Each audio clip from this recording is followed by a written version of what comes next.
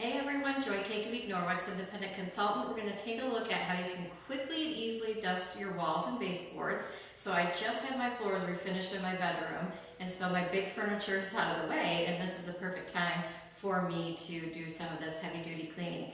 And that's why my voice is echoing so much, because this room is empty, empty, empty.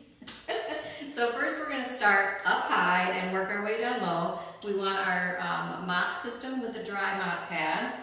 So when we use our mop system for our floor, we usually put it up to our nose and our mouth. But since I'm going to go up really high, I'm going to extend it all the way so that I can get all the way to the top.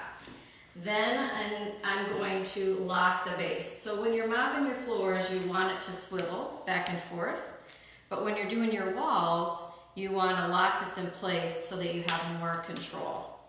So we start up high.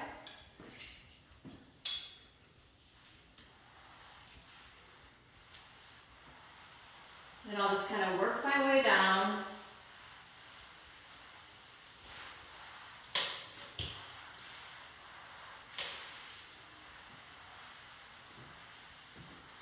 And I'll work my way down to a spot where I can then just reach my hand.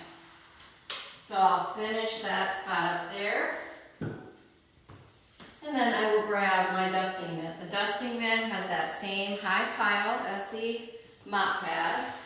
And then I'll just quickly go the rest of the way down, grabbing that dust off the wall. Well, here's a good chunk right here, kind of. Just get in right in there. You can even see like there's like dust bunnies, nasty hair, all the way down on the baseboards.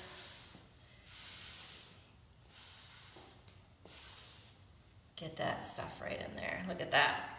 So it's really fast and easy, but anytime you're doing a big job like this, always start high and work your way down low. Hope you found those tips helpful, and you can shop my website at cleanbyjoy.com.